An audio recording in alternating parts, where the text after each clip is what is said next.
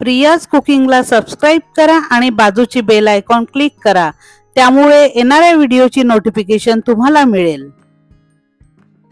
नमस्कार, प्रियाज कुकिंग मधल्या podcast plus recipe मध्ये आपले मनापासून स्वागत आहे। आज आपण बोलणार आहोत नवरात्रीचे नवरंग, त्यामागचं महत्त्व, तसेच उपवास करताना हेल्दी आणि एनर्जेटिक राहण्यासाठी छोटीशी रेसिपी। नवरात्री म्हणजे श्रद्धा, भक्ती आणि उत्साहाचा उत्सव। चला तर जाणून घेऊयात या खास नवरंगांचं महत्त्व आणि हेल्दी फास्टिंग डिशेससाठी। नवरात्रीचं महत्त्व सांगायला आज आपल्याकडे गेस्ट आलेले आहेत सौ विद्या बोलुरकर। त्यांचं मूळ गाव श्रीरामपूर, जिल्हा अहमदनगर मधला आहे। त्यांचं शिक्षण MA BEd इंग्लिश लिटरेचर मधनं झालेलं आहे। तसेच लग्नानंतर त्या मुंबईमध्ये एलिफिन्स्टन महाविद्यालयात प्राध्यापिका, नंतर सिद्धार्थ अर्थ आणि वाणिज्य महाविद्यालयात उपप्राचार्य, नंतर सांस्कृतिक महामंडळाच्या उपाध्यक्ष म्हणून त्यांनी काम केलेलं आहे। त्यांना बरेच याची आवड आहे। त्यांच्याकडून आपण आज जाणून घेणार आहोत नवरात्रीचं महत्त्व। त्यांचं स्वागत करूयात, पण व्हिडिओला सुरू करण्याआधी व्हिडिओला लाईक करा आणि व्हिडिओ शेवटपर्यंत बघा। सर्व मंगल मांगल्ये शिवे सर्वार्थ साधिके शरण्ये त्र्यंबके गौरी नारायणी नमस्तुते। नमस्कार वैदी। नमस्कार प्रियंका। आज आपण नवरात्रीसाठी पॉडकास्ट करतो आहोत आणि तुम्ही हेल्दी रेसिपी सुद्धा बनवून दाखवणार आहात। आपल्या प्रेक्षकांना आपल्याला सांगायचं आहे की म्हणजे नवरात्री नवरंग का पाळले जातात, तसेच उपवास का करतात, याचंच आपल्याला महत्त्व सांगायचं आहे। तर मला पहिला प्रश्न विचारायचा आहे की नवरात्री म्हणजे नेमकं काय? नवरात्री तुला माहिती आहे की आपण आपली भारतीय संस्कृती, भारतीय परंपरा ही किती प्रगल्भ आहे, पुढे गेलेली आहे आणि किती विविधतेने ती नटलेली आहे। आणि विविध सण उत्सव हे आपले चालू असतात वर्षभर आणि त्याचं प्रत्येकाचं एक वेगळं महत्त्व असतं। नवरात्र जेव्हा आपण म्हणतो तेव्हा नव म्हणजे नऊ आणि रात्र म्हणजे 9 रात्री। दुर्गेचा, दुर्गा देवीचा गजर, तिची आराधना, तिची पूजा करणं म्हणजेच हे नवरात्र आपण असं समजतो। अच्छा, पण नवरात्रीमध्ये म्हणजे 9 रूप म्हणजे कुठले 9 रूप असे? देवीची 9 रूप आहेत। आता त्याच्याही आधी म्हणजे आपण जर म्हटलं की ही नवरात्र आहे तर ही म्हणजे नवरात्र 2 प्रकारे आपण म्हणतो। एक चैत्रामध्ये असते की जेव्हा आपलं मराठी हे सुरू होतं, वर्ष सुरू होतं आणि ती चैत्रात असलेली ती एक नवरात्र। आणि आता जी आपण हे म्हणतोय किंवा जी जवळ येते ती म्हणजे शारदीय नवरात्र असं म्हणतात त्याला। आणि ती अश्विन महिन्यामध्ये ती येते आणि 9 रूप देवीची आहेत। ते आहे म्हणजे एक शैलपुत्री आहे, ब्रह्मचारिणी आहे, तिसरं रूप तिचं चंद्रघंटा आहे, चौथं कृष्णांबी आहे, पुढचं म्हणशील तर स्कंद माता, कांत्यायनी, त्यापुढे ती आहे कालरात्री आहे, महागौरी आहे, ती सिद्धिरात्री आहे। देवीची 9 रूप आपण आता जे मी म्हटलं ती आहेत। पण तरी तुला माहितीये का की नवरात्रीला नवरूपे तू लेऊनिया येसी, अवघ्या रूपे परिमामुली एकचे तू होसी। म्हणजे 9 रूप तिची आहेत, पण सगळी 9 रूप ही एकच आहे। बरोबर, कारण ह्याचा उद्देश काय आहे की जे जे काही अंधकार आहे, जो काही अज्ञान आहे, जे काही दुष्ट प्रवृत्ती आहे, वाईट प्रवृत्ती आहे, त्याचा नाश करणं, सर्वनाश। ह्या नवरात्रीचं किंवा नवदुर्गा, ह्या 9 देवी कशाचं प्रतीक आहे तर वाईटावर चांगल्याचा विजय करणं। म्हणजे जे चांगलं आहे त्याच्यावर विजय, त्याचा विजय मिळवणं। कारण आजकाल आपण बघतो आणि खरंच गरज आहे आपल्याला या गोष्टीची। कारण का की आजकाल आपल्या अवतीभोवती आपल्याला जास्तीत जास्त काय दिसतं ना प्रियंका, की जे वाईट वाटतं ती वाईट प्रवृत्तीचा खूप वाढ होते आणि ह्याला आपल्याला नष्ट करायचंय, कमी करायचंय, तर ह्या दुर्गा देवीचं रूप आपण घेतलं पाहिजे. अच्छा. अर्थात दुर्गा देवी सुद्धा ह्या दोन म्हणजे ह्याच्यामध्ये मोडतात की देवीचं एक सौम्य रूप पण आहे आणि तिचं रौद्र रूप पण आहे. म्हणजे गौरी पार्वती तू जर म्हटलं तर ह्या सौम्य रूपातल्या आहेत, पण जेव्हा रुद्र आणि असं क्रोधी रूप हे कशी तर जगदंबा, चामुंडी वगैरे ह्या देवी, आणि आपल्याला ह्याची गरज आहे. आज म्हणजे नवरात्र हा आपला एक अतिशय महत्वाचा सण आहे, उत्सव आहे. आनंदाने देवीची आराधना करत अतिशय उत्साह म्हणजे अगदी वाहत असतो सगळ्यांचा. म्हणजे सगळ्या तू मुली म्हणशील, मोठ्या बायका म्हणशील, तर तुला सगळीकडे त्याचं नवरंग तुला दिसते. बरोबर. तर ते पाळत असतात त्या, आणि अतिशय भक्तिभावाने भक्तिरसाने वातावरण हे सगळीकडे असतं. आपण हे नवरात्री बद्दल देवींबद्दल बोलत आहोत, पण आपण घरी पण एका स्त्रीचं जसं व्यवस्थित असेल सगळं तिच्या मनाप्रमाणे आणि व्यवस्थित सुखी संसार होतो. आपण जसं देवीच आपण प्रार्थना करतो नवरात्रीमध्ये, पण घर एक सांभाळणारी पण स्त्री एक देवीच असते. म्हणजे तिला चांगलं असेल सगळं तर घर पण एकदम आनंदाने राहतं. आणि तिने रुद्र रूप धारण केला किंवा काहीतरी म्हणजे तिच्या विरुद्ध घडत आहे आणि ती सहन करते आहे, तेव्हा त्याचा पण हे होतो. म्हणजे एक घर टिकवायचं त्या, म्हणजे आपण म्हणतो नवरात्रीमध्ये आपण पूजा करतो, पण घरातल्या स्त्रीला पण मान मिळायला हवा. तेव्हाच मला तरी वाटते की समाज आपण, कारण आपण ज्याच्यावर बोलतो आहोत, आपण तुम्ही बोललात की जसं नवरात्रीमध्ये म्हणजे जे काही वाईट घडत आहे ते संपुष्टात व्हायला हवं, त्याला आळा बसायला हवा. तसंच घरातलं पण नुसतं की घर टिकायला म्हणजे देवीचंच एक रूप मानतो आपण स्त्री. अगदी बरोबर ना. स्त्री म्हणजे ह्या सगळ्या रूपांनी गुणांनी संपन्न आहे. तिच्याकडे शांतता आहे, तिच्याकडे संयम आहे, तिच्याकडे करुणा आहे, तिच्याकडे प्रेम आहे, जिव्हाळा आहे आणि सहनशीलता हा सगळ्यात मोठा गुण स्त्रीचा आहे. पण तरीही त्याचा जर अंत झाला किंवा ते अतिरेक त्याचा झाला तर कुठेतरी तिला देवीचं रूप धारण करावंच लागतं. हे सत्य आहे. कारण अगदी आता अशी परिस्थिती येते की आपण समाजात बघतोय की म्हणजे कुठेतरी मग नवीन एक पाऊल उचलल्या जाताना काहीतरी घरात घडतंय. सत्य आहे. बरोबर ना. बरोबर. नक्कीच. आणि आता नवरंग म्हणजे कुठले, म्हणजे आपण नेमकं म्हणतो आपण नऊ दुर्गांबद्दल देवींबद्दल बोललो, पण नवरंग सुद्धा पाळले जातात नवरात्रीमध्ये, ते कुठले आहेत? आता हा सुद्धा म्हणजे आपण म्हटलं तर ही सुद्धा पद्धत म्हणजे काही वर्षांपासून म्हणजे आलेली आहे. नवरात्री म्हणजे 9 रूप आपण देवीची म्हणतो. तर आपण म्हणतो की एक शाही निळा रंग असतो. बरोबर. तर शाही निळा रंग, त्याचं नाव शाही आहे, पण त्या रंगामध्ये काय दडलंय तुला माहितीये का? त्याच्यामध्ये शांतता आहे. अच्छा. त्याच्यामध्ये स्थिरता आहे. त्याच्यामध्ये एक आत्मिक असं रूप त्याच्यामध्ये आहे. आणि म्हणून ह्या शाही निळा म्हणजे ज्याला इंग्लिशमध्ये रॉयल ब्ल्यू असं म्हणतात, तर ते त्याचं प्रतीक आहे. तू जर पिवळा रंग घेतलास, नवरात्रीचा हा दुसरा रंग आहे पिवळा, तर तो तुला अगदी 100% सकारात्मक ऊर्जा तुला मिळेल. त्याचा एक आनंद, ज्ञान हे त्याचं प्रतीक आहे. पिवळा रंग. हिरवा रंग, हिरवा म्हटलं की आपल्याला फक्त समोर निसर्ग, हिरवा निसर्ग, आणि हिरवा निसर्ग हा नेहमी आपल्याला बघित आनंद देत असतो, उत्साह देत असतो, नाही का? तसाच राखाडी एक रंग आहे याच्यातलाच 9 रंगामधला. तर त्या राखाडी रंग म्हणजे तो जरी हे असला तरी तो आपल्याला बळकटी देतो. बरोबर. तो आपल्याला शांतता, संयम शिकवतो. बरोबर. आणि तू जर केशरी रंगाचा विचार केला नवरात्रात, हा एक 9 रंगांपैकी, तर तो प्रचंड उत्साहवर्धक असा रंग मानला जातो, केशरी रंग. आणि तो खूप आध्यात्मिकतेशी सुद्धा तो जोडलेला.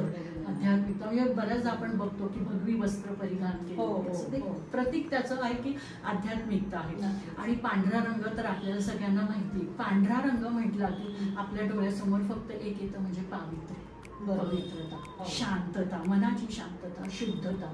बरोबर. आणि पुढे एक लाल रंग आहे. लाल रंग म्हणजे शक्ती. बरोबर. आणि प्रेम, उत्साह.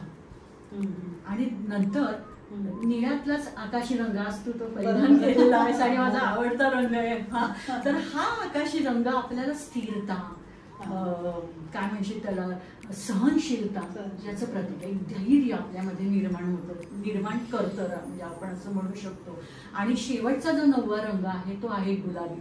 गुलाबी रंग म्हटलं की आपले गाल सगळ्यांच्याच गुलाबी होतात, पण गुलाबी रंग हा खरोखर प्रेम, करुणा, सहानुभूती, स्नेह यांनी भरलेला आहे.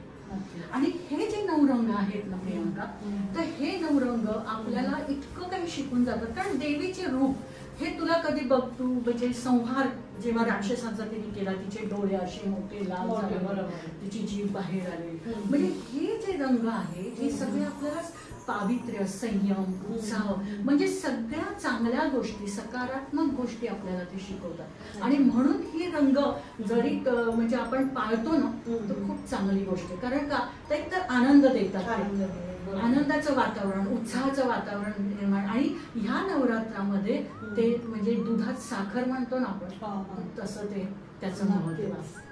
कारण प्रत्येक दुकानात सुद्धा अशा वेगवेगळ्या प्रकारच्या साड्या असतात आणि बायका सुद्धा कपाटातून काढतात जी नसेल. हो, म्हणजे मी तुला सांगते ना काही वेळेला की त्यांच्याकडे जर रंग नसेल ना तर दुकानात जाऊन विकत घेतात आपल्या आपल्या ह्याच्याप्रमाणे, क्षमतेप्रमाणे, पण साजरा करतात त्या ह्याच्यासाठी की सगळीकडे वातावरण भक्तिमय पण व्हावं आणि उत्साह आनंददायी पण व्हावं. कारण हे खूप महत्वाचं आहे. हा सण जो आहे ना हा आपल्याला म्हणजे शारीरिक आणि आध्यात्मिक ह्या दोन्हीची छान सांगड घालून. आणि म्हणजे नवरात्री असं महाराष्ट्रात वेगळ्या पद्धतीने करतात. म्हणजे बोडला हा प्रकार सुद्धा मी ऐकला आहे. किंवा मग नवरात्री दुसरं गुजरातमध्ये वेगळ्या प्रकारचे, वेगवेगळ्या प्रदेशात कशा पद्धतीचा साजरा केला. कसं आहे की आता भारत म्हणजे विविधतेने नटलेला विविध प्रांत भारतामध्ये आहे आणि त्याप्रमाणे नवरात्राचं हे स्वरूप आहे. बरोबर. तू म्हणजे प्रसिद्ध म्हणजे 3 गोष्टी म्हणजे 3 प्रांत मी म्हणू शकते की एक महाराष्ट्र, गुजरात. म्हणजे नवरात्र म्हटलं की गुजरात, महाराष्ट्र आणि पश्चिम बंगाल. बरोबर. आता महाराष्ट्रात तर त्याचं महत्व म्हणजे आपण महाराष्ट्रात राहतो, महाराष्ट्रात त्याचं महत्व तर आहेच. गुजरातमध्ये गरबा म्हणून ते म्हणजे असं घट हे करतात, त्याला असं छिद्र पाडून त्यात दिवा लावतात आणि त्या दिवा ते ठेवून त्याच्या भोवती फेर धरून ते नाचतात, त्याला गरबा आपण म्हणतात. आणि गरब्याची वेगवेगळी ती गाणी, नृत्य, संगीत. हे दक्षिणेकडे कसं आहे की तिथे विजयादशमी, दसरा ह्याचं महत्व. त्यांची आणखी पद्धत म्हणजे त्यांची तर असं छान पांढरी साडी त्याच्यावरती लाल बॉर्डर असं त्यांचं एक ठरलेलं हेच आहे, पेहरावच तो ठरलेला. महाराष्ट्राचं तर मला फार अभिमान म्हणजे आहेच आहे आपल्याला. कारण महाराष्ट्रामध्ये तेवढंच वातावरण भक्ती रसाने भरलेलं असतं. तू बघशील नवरात्रीमध्ये बायका, मुली, लहान लहान मुली म्हणजे प्रवासामध्ये 34-35 वर्ष मी नोकरी केली. प्रवासामध्ये मी बघत होते की लहान मुली, तरुणी, मोठ्या महिला ह्या इतक्या भक्तिभावाने म्हणजे करत असतात की देवीच्या मंदिरात जाणं, रोज व्यवस्थित घरी त्याची आराधना, घट बसवणं. हो, म्हणजे हे खूप महत्वाचं आहे की इतकं सगळं करून सुद्धा स्त्री ह्या सगळ्या गोष्टी इतक्या उत्साहाने आणि भक्तिभावाने ती साजरी करते. हे खरंच कौतुकास्पद आहे. कारण आजकाल इतकं सोपं नाही की दिवसभर तुम्ही प्रवास करणार, खर्च करणार आणि पुन्हा इतकं देवाचं तुम्ही करणार. ही गोष्ट अति म्हणजे खरंच मानलं पाहिजे. तर ती जे हे करते घट बसवणं आपण हे करतो. 9 दिवस ते घट बसवले जातात. आणि भोंडला हा तर पूर्वापार चालत आलेला. जसं ह्याच्याबरोबरच आपण म्हणूया की भोंडला हा प्रकार जो आहे की एक हत्तीची प्रतिमा किंवा हत्तीचं चित्र काढतात. तुला माहिती असेल, पाटावरती हत्तीचं चित्र काढतात, असं खाली ते ठेवतात आणि फेर धरून हे गाणं म्हणतात. हा, आणि हा फेर धरता हत्ती. तू म्हणशील हत्तीच चित्र का? बरोबर ना. म्हणजे प्रश्न पडेल आपल्याला. हत्ती हा ना एक बुद्धी, ज्ञान, नंतर काय म्हणतो आपण समृद्धी, सुसंपन्नता, धैर्य, शक्ती याचं प्रतीक आहे. आणि आपल्याला ह्याची गरज आहे नाही का. त्याच्यामुळे आणि मग त्याच्यामध्ये ती अशी वेगवेगळी गाणी असतात. म्हणजे उदाहरण द्यायचं झालं तर ऐलमा पैलमा गणेश देवा माझा खेळ मांडू दे करी तुझी सेवा, किंवा ते एक अतिशय छान आहे सासू आणि सुनेचं.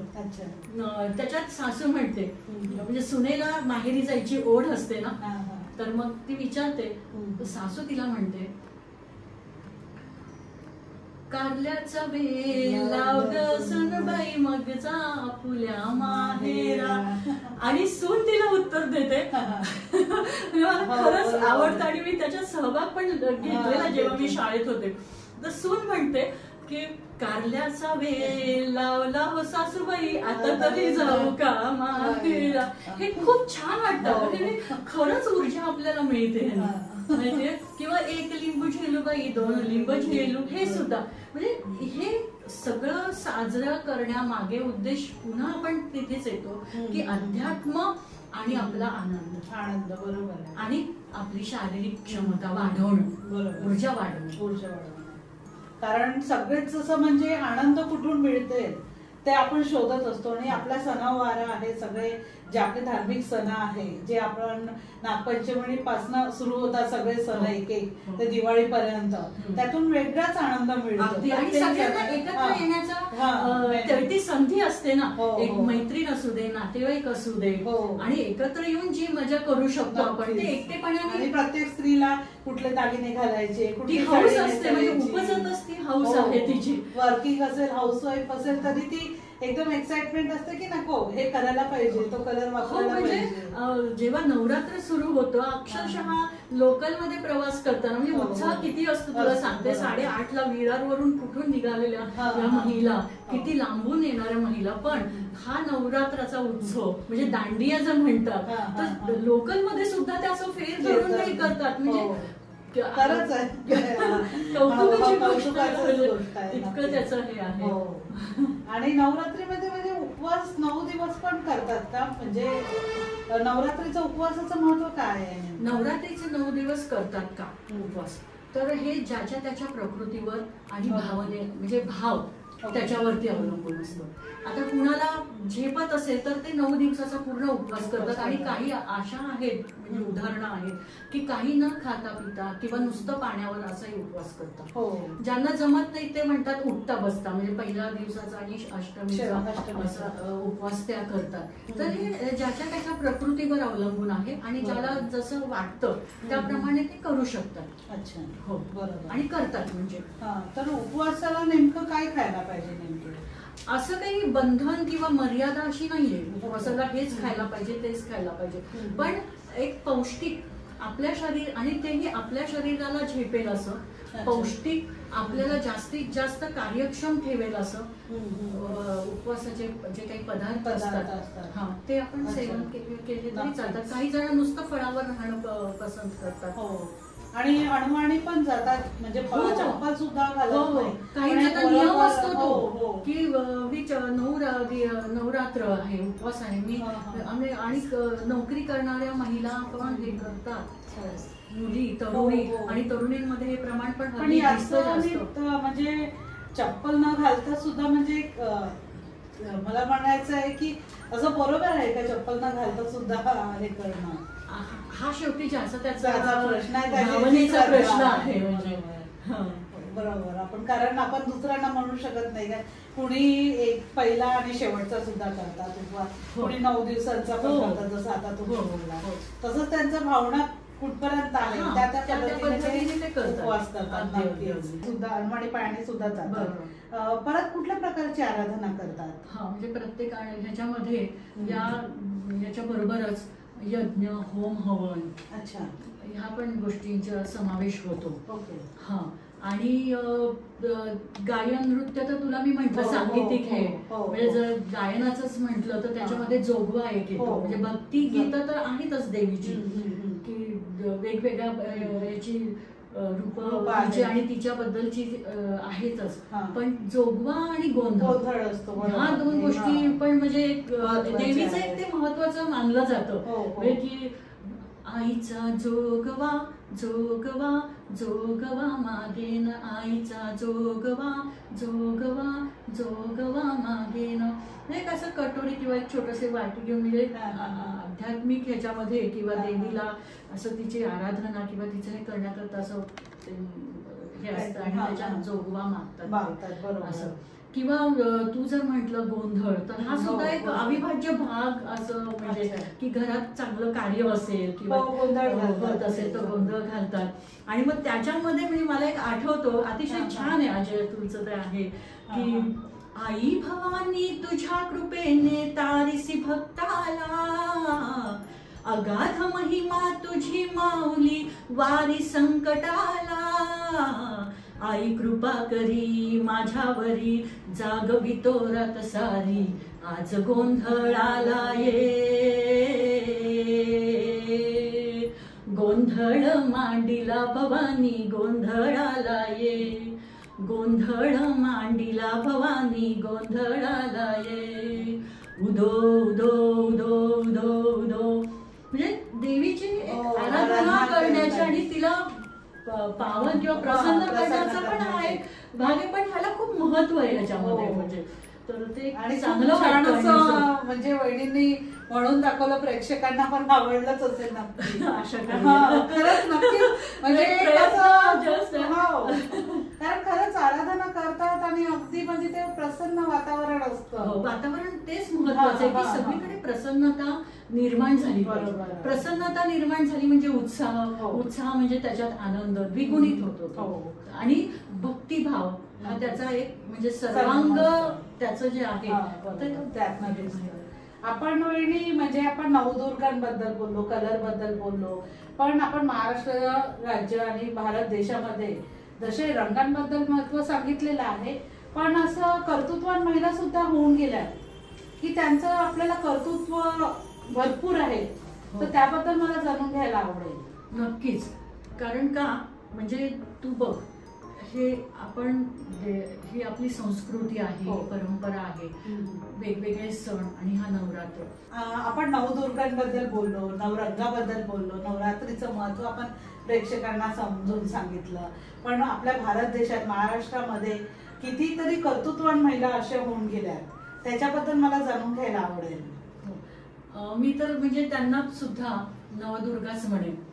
कारण पुराणातील नवदुर्गा यांच्याबद्दल तर आपल्याला म्हणजे त्या पूजनीयच आहेत आपल्याला नक्कीच आणि राहणारच आणि आपण त्यांची आराधना करणारच. पण भारत देशाला आपल्या कर्तृत्वाने या समाजामध्ये किंवा या देशाला प्रभावित करणाऱ्या काही स्त्रिया आपल्याकडे होऊन गेल्या आणि त्या माझ्या मते आपल्या पृथ्वीवर ज्या होऊन गेल्या त्या माझ्या मते त्या सुद्धा नवदुर्गा आहेत. कारण का जसं ह्या दुर्गा नवदुर्गा आपल्याला वंदनीय आहेत तसं त्या वंदनीय आहेत कारण त्यांचं कार्य हे फार महान म्हणजे त्याच्यामध्ये जर तू म्हणशील की मग तुमच्या मते कुठल्या आहेत नाही का साहजिक तुला असं वाटेल तर त्याच्यामध्ये माझ्यासाठी येते जिजाऊ माता दुसरी माझ्यासाठी येते पुतळाबाई राणी सरकार तिसरी माझ्या मते येते ताराबाई राणी सरकार चौथी म्हणशील तर तू येशूबाई आहेत राणी सरकार महाराणी सरकार आहेत चांद बेबी राणी सरकार आहेत त्याच्या पुढे आणखीन तू म्हणशील तर राणी सरकार चेन्नम्मा त्यानंतर झाशीची राणी सरकार झाशी आत्ताच आपल्या म्हणजे पंतप्रधान म्हणून भूषणावह असणाऱ्या इंदिरा गांधी आणि सगळ्यांना शिक्षणाची दारं खुली करून देणारी माझी सावित्रीबाई ह्या माझ्यासाठी अगदीच का म्हणजे नवदुर्गा आहेत. आणि हे सगळं आपलं नवरात्रीचं झालं पण उपवास आपण नेमकं का करतो हे खूप महत्वाचं आहे. कारण आज आपण बघतो म्हणजे कोणतीही व्यक्ती घे तुला कोणी असं दिसणार नाही की एखादा पदार्थ तू दाखवला आणि ती म्हणेल की नाही मला एवढं काय.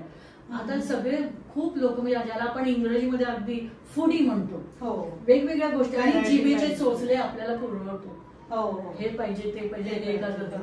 मग अशा ह्याच्यात काय होऊन जातं हल्लीच्या धकाधकीच्या जीवनात हा हे पण आवडतं ते पण तर आपण काही गोष्टी पौष्टिक गोष्टी थोड्या मागे पडतात आणि जंक फूड त्याच्या ह्याच्यात जातो कारण का जिभेचे चोचले आणि आवडतात चविष्ट लागतात. आता त्याची उदाहरणं द्यायला नको सगळ्यांना आपल्याला माहिती हो की नाही. मग असा जेव्हा आपण उपवास करतो साहजिकच त्याच्यामध्ये एक शिस्त येते प्रमाणबद्धता येते कारण उपवास म्हटलं की ठराविक पदार्थ आपल्या डोळ्यासमोर येतात. साबुदाणा आहे, भगर आहे, आणि त्याच्यातही आता खूप वेगवेगळे प्रकार आले.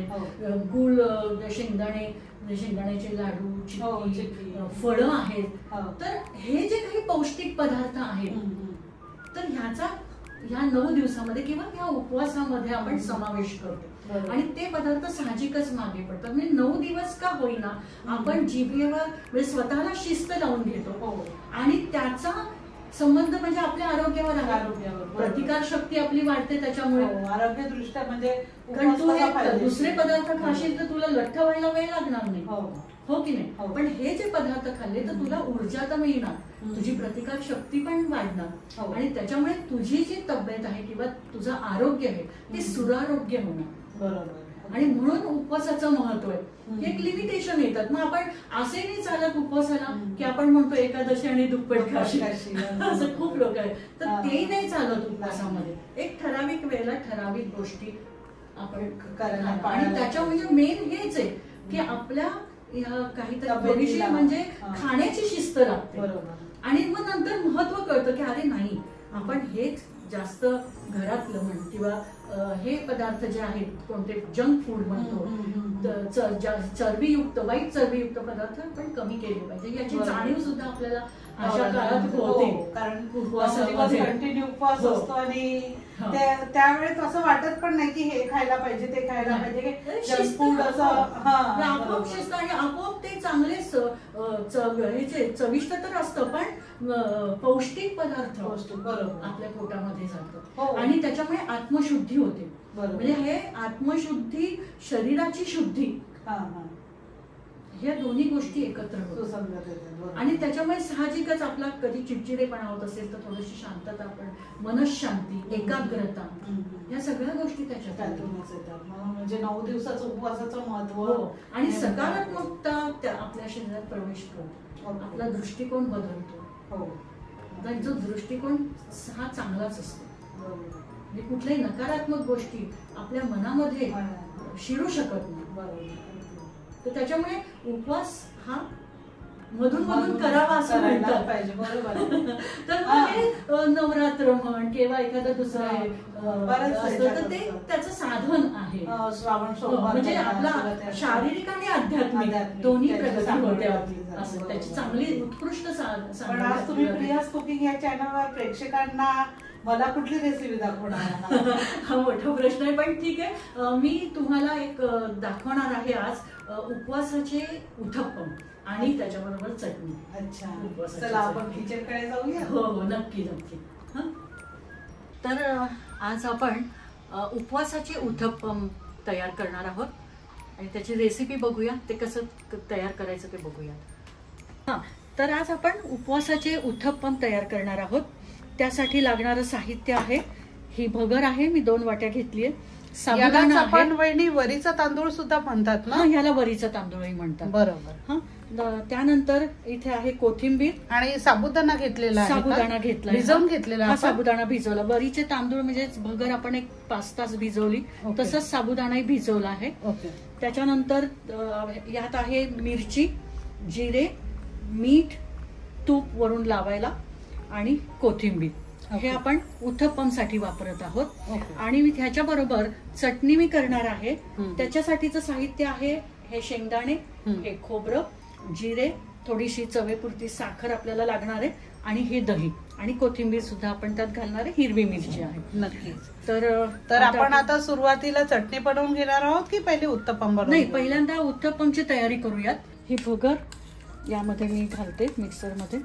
त्यात थोडं पाणी असेल तरी चालेल? चालेल, हो, कारण आपल्याला ते हेच उत्तप्पम साठी पाहिजे ना. थालीपीठाला मग पाणी लागत नाही जेव्हा आपण थालीपीठ करतो त्यावेळेला.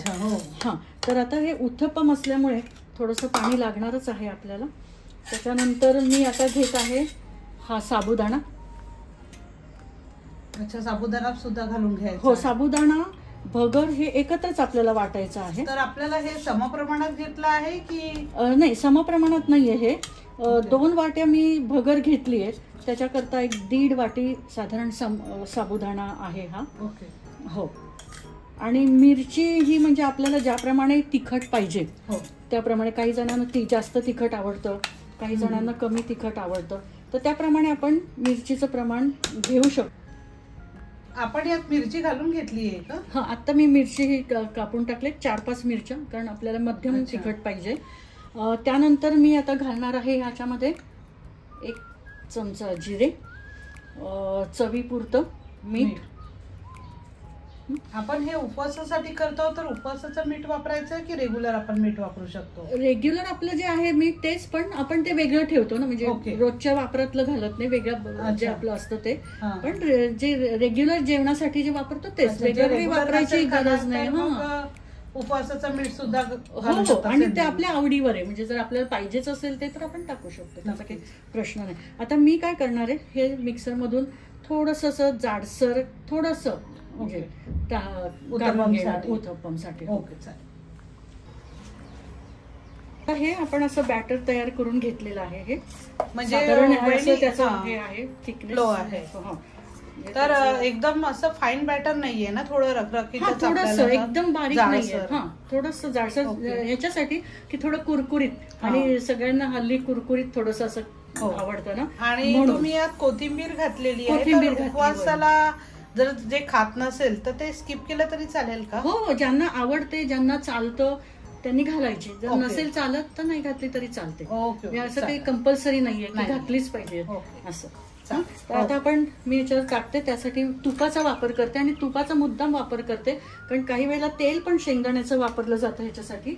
पण आणि प्रामुख्याने एक गोष्ट मला आज सांगावीशी वाटते की हल्ली म्हणतायत ना की नॉनस्टिकचा वापर करायचा नाही म्हणून, आणि त्याच्यासाठी हा बिडाचा तवा आज मी घेत आहे. आणि त्याच्यावरती आता आपण तूप टाकलंय मी. तेलाचा वापर शक्यतो उपवासाच्या पदार्थाला करत नाही, कारण तेल थोडं कोलेस्ट्रॉलसाठी म्हणतात ना की जास्त हे नको ना. तूप म्हणजे आपल्याला पचू पण शकतं, आणि जास्त कोलेस्ट्रॉल ह्याची भीती नसते. त्याच्यामुळे उपवासाला शक्यतो म्हणजे तुम्ही जे काही कराल तर तुपामध्ये केलेलं केव्हाही चांगलं असं. तर आता तूप लावलंय तव्याला, ह्याच्यावरती आपल्याला टाकायचं. आणि ह्याचं म्हणजे जाड पातळ आपल्याला ज्याप्रमाणे पाहिजे त्याप्रमाणे आपल्या सोयीनुसार, आपल्या आवडीनुसार आपण हे करू शकतो. मी आता थोडंसं मीडियम घेते, फार जाड घेत नाहीये. आणि मीडियम गॅसवरती आपण हे शिजवणार आहे. हे असं केलं, फार पातळ नाही, फार जाड नाही, असं मीडियम मी हे केलं.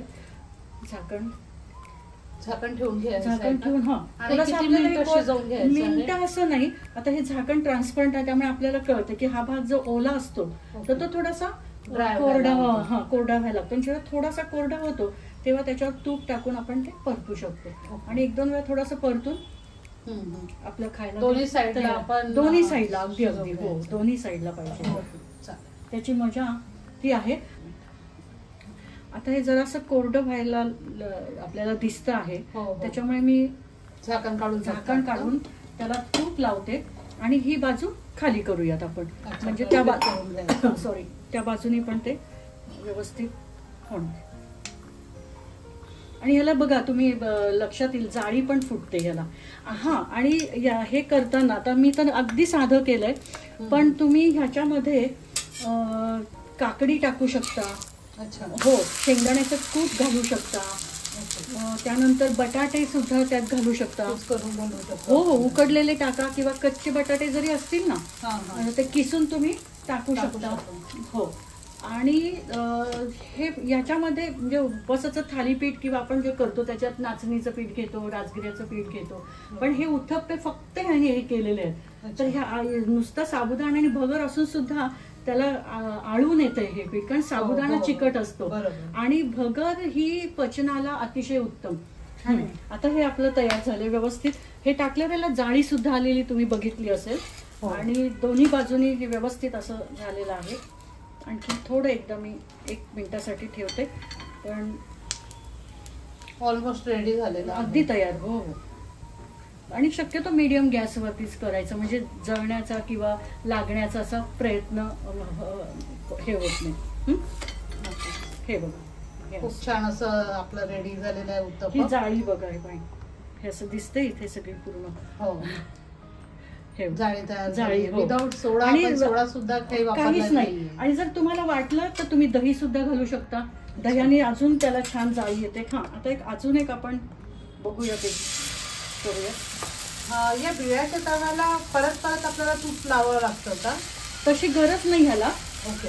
हा, पण खमंगपणा जर पाहिजे असेल तुम्हाला ओके तर मग लावायला हरकत नाही. आणि म्हणून मी लावला. जरा खमंग लागतं, चविष्ट, त्याची चव अजून वाढते. परत आपल्याला झाकण ठेवून आणि पुन्हा तीच प्रक्रिया. थोडस कोरडं दिसलं की हे थोडं तूप सोडायचं. चालेल. हे तयार होईपर्यंत इकडे आपण चटणी करून घेऊया उपवासाची. त्याच ही चटणी जरा वेगळी आहे. याच्यामध्ये भाजलेले शेंगदाणे आणि सुकं खोबरं ह्याचे तुकडे हे करून घेतले. तर आधी आपण हे शेंगदाणे यामध्ये टाकूया. एक वाटी शेंगदाणे मी घेतले होते आणि त्याच्या थोडंसं निम्मे ह्याचे तुकडे खोबऱ्याचे, सुकं खोबऱ्याचे तुकडे आपण घेतोय. मिरची थोडीशी मिरची घातली आहे. खोबरं घातलं, शेंगदाणे आणि आता ह्यात घालणार आहे दही. 1 वाटी दही आहे. हे सगळं आपल्याला घालूयात. हो. त्याच्यानंतर आपल्याला यामध्ये घालायचं आहे मीठ, चवीप्रमाणे अर्थातच, आणि थोडीशी चवीपुरती साखर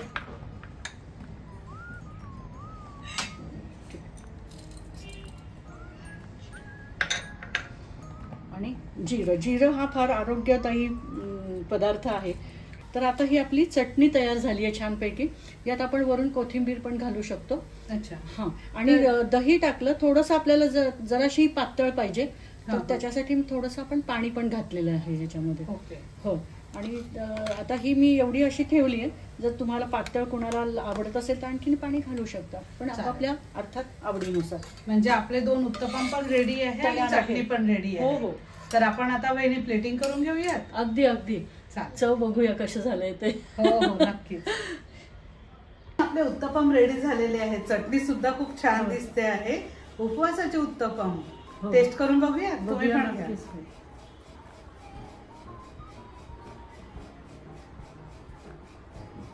खूप छान चवीला झाले आहेत. तर तुम्ही यासाठी साबुदाणा आणि वरीच्या तांदळाचाच का उपयोग केला? हल्ली वरीचे तांदूळ म्हणजे आपण ज्याला भगर म्हणतो, हो, त्याला खूप महत्व प्राप्त आहे. कारण का, तरी पचनाला हलकी असते आणि पौष्टिक आहे. ह्याच्यामध्ये तुला जीवनसत्व मिळतील, फायबर, प्रथिने, हे चांगला स्रोत आहे. त्याच्यामुळे मी भगर आणि फक्त साबुदाणा एवढंच निवडलं. साबुदाणा म्हणजे स्टार्च आणि ते सुद्धा एक प्रकारे ऊर्जेचा स्रोतच आहे. दिवसभर ऊर्जा तुला मिळत राहते आणि व्यवस्थित राहते. हो, त्याच्यामुळे ही रेसिपी निवडली. आणि तुमचा अनुभव नेमका कसा होता? तुम्ही पॉडकास्ट आपण प्रेक्षकांना नवरात्रीचं महत्व, नवरंगांचं महत्व, उपवासाची हेल्दी रेसिपी सगळंच दाखवून झालं, पण तुमचा अनुभव नेमका कसा होता? माझा आजचा अनुभव खरंच सांगू, खूप छान होता. अच्छा. अगदी छान. आणि मला खूप समाधान वाटलं. आणि तुझ्या ज्या काही रेसिपीज किंवा तुझं जे काही आहे प्रियाज कुकिंग, अच्छा, मी नियमितपणे ते बघते. अच्छा. थोडीशी मला त्याच्यावरून मलाही स्फूर्ती आली. अच्छा. आणि तू मला एक चांगली संधी दिलीस. हो, त्याबद्दल तुझे मनापासून काही दिवसांवरच नवरात्री आली आहे. हो हो. त्यामुळे आपल्याला हेल्दी रेसिपी तर प्रेक्षकांना बऱ्याच मिळतात, पण त्याचं महत्व सुद्धा आपल्याला दाखवायचं होतं. आणि मला माहिती होतं कारण ही शेंगदाण्याची चटणी सुद्धा आहे ना, यात शेंगदाणे आणि खोबरं म्हणजे सुकं खोबरं, आपण नेहमी ओल्या खोबऱ्याची करतो, पण हे शेंगदाणे वापरण्याचा हेतू हा की शेंगदाणा सुद्धा म्हणजे एक फार मोठं पौष्टिक असं आहे. अच्छा. म्हणजे बदामाचं जसं आहे तसं शेंगदाण्याचं सुद्धा महत्व. दिवसभर तुला ठेवतं, तू भाजलेले वापर, कच्चे वापर, पण दिवसभर ऊर्जा त्याच्यात मिळते. त्याच्यामध्ये तुला हाडं मजबूत होतात. अच्छा. पचनशक्ती तुझी सुधारते, रक्ताभिसरण आपलं चांगलं होतं. तसंच सुक्या खोबऱ्याचं सुद्धा आहे की हाडं मजबूत का. पूर्वी बघ म्हणजे नेहमी गुळ खोबरं खा आणि निरोगी राहा असं म्हणायचं, तर ते खोबऱ्याचं सुद्धा हे महत्व. त्याच्यामुळे ही चटणी अशी निवडली. आणि दही तर B12चा उत्तम स्रोत आहे. त्याच्यामुळे हे सगळं एकत्र नक्कीच. तर आता मला म्हणजे हे सगळं आपण केलं, पण एक मला थोडंसं आठवलं. म्हणजे एक माहित नाही, पण मला आता या क्षणी आठवलं. 2 ओळी मला आठवल्या. हो हो. जस्ट म्हणून दाखवते, म्हणजे बघ तू. पण माय भवानी तुझे लेकरू कुशीत तुझी आई, सेवा मानून घे आई, सेवा मानून घे आई. तर मग प्रेक्षक हो, माझ्याप्रमाणेच तुम्ही सुद्धा प्रियाज कुकिंग नियमितपणे बघा, लाईक करा, तुमचं मत नोंदवा आणि सबस्क्राईब करा. आणि जास्तीत जास्त तुमच्या परिचयाच्या लोकांपर्यंत, तुमच्या मित्रमैत्रिणीपर्यंत, नातेवाईक, अगदी जितकं होईल तितकं तुम्ही त्यांना शेअर करा आणि त्यांना पुढे न्या. तर अशी ही नवरात्र आश्विन शुद्ध प्रतिपदेला सुरुवात होऊन आश्विन शुद्ध नवमी 9 दिवस आणि 10वा दिवस म्हणजेच दसरा, ज्या दिवशी रामाने रावणावर विजय मिळवला आणि त्याची सांगता या दिवशी होती. या नवरात्रीला वाईटाचा नाश करून चांगल्या प्रवृत्ती आपण अंगीकारूयात. तर मंडळी, नवरात्रीचे 9 रंग, त्यामागचं महत्व आणि उपवासासाठी हेल्दी अशी आपली ही रेसिपी आपण जाणून घेतली. तुम्ही या नवरात्रीत हेल्दी राहा, रंगाच्या उत्साहात सहभागी व्हा आणि सकारात्मक ऊर्जा अनुभवत राहा. पुढच्या एपिसोड मध्ये आपण परत भेटूया. तोपर्यंत जय माता दी. जय माता दी.